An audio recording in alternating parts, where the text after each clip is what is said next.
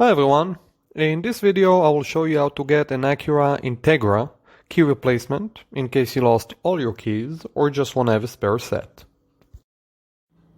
In addition, I will go over key replacement cost, types of keys, coding information, and some great tips to save you a lot of time and money. Before we start, we would really appreciate if you can like this video, and of course if you need any help you can contact us 24/7 and we will connect you with a locksmith near you. So, Acura Integra has three types of keys. One is a transponder or chip key, and additional two non-transponder keys. Let's go over them. For 2000 and 2001, we have a transponder key with part number HD106PT, which must be coded on site with a special machine. Between 1990 and 1999, we have a non-transponder key with part number X214 or HD103. And finally, between 1984 and 1989, we have a non-transponder key with part number X183 or HD92. We suggest you contact a mechanic in case you need a replacement key for models older than 1990. Now it's time for tip number one.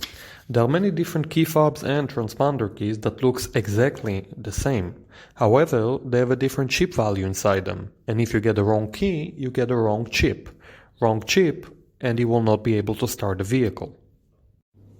So always remember to provide the locksmith or dealer either the exact year, make and model of your car, or the VIN number and the type of key you had. For example, 2001 Acura Integra transponder chip key. Now let's go over Acura Integra key replacement cost. You have three options to get a key replacement, and the price varies depending on where you get the new key. First, get a key online and then have a locksmith or dealer cut and program it for you.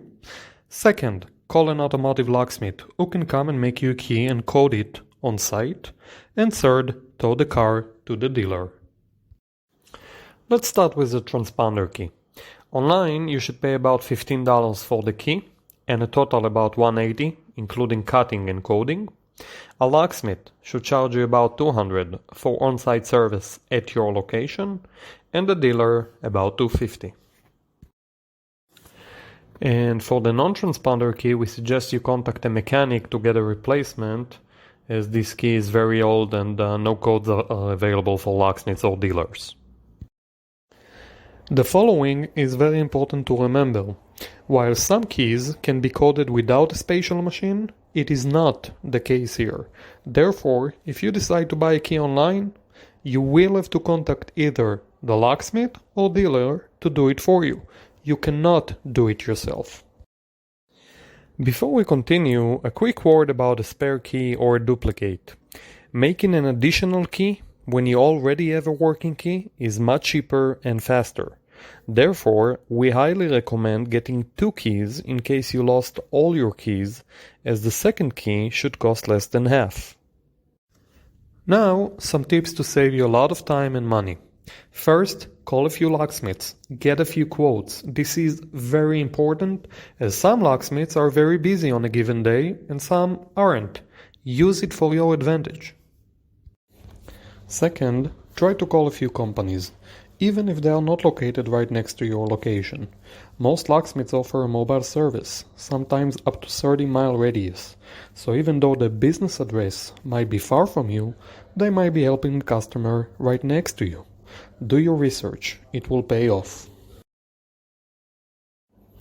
Third, try to schedule an appointment, if you can wait a while.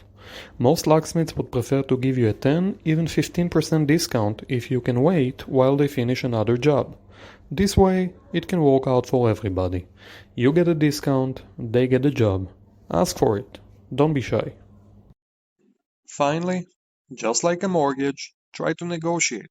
If you find a better quote, tell them. Who knows? Maybe they will give you a better one. For more great tips, you can visit our blog post about car key replacement cost. That's it.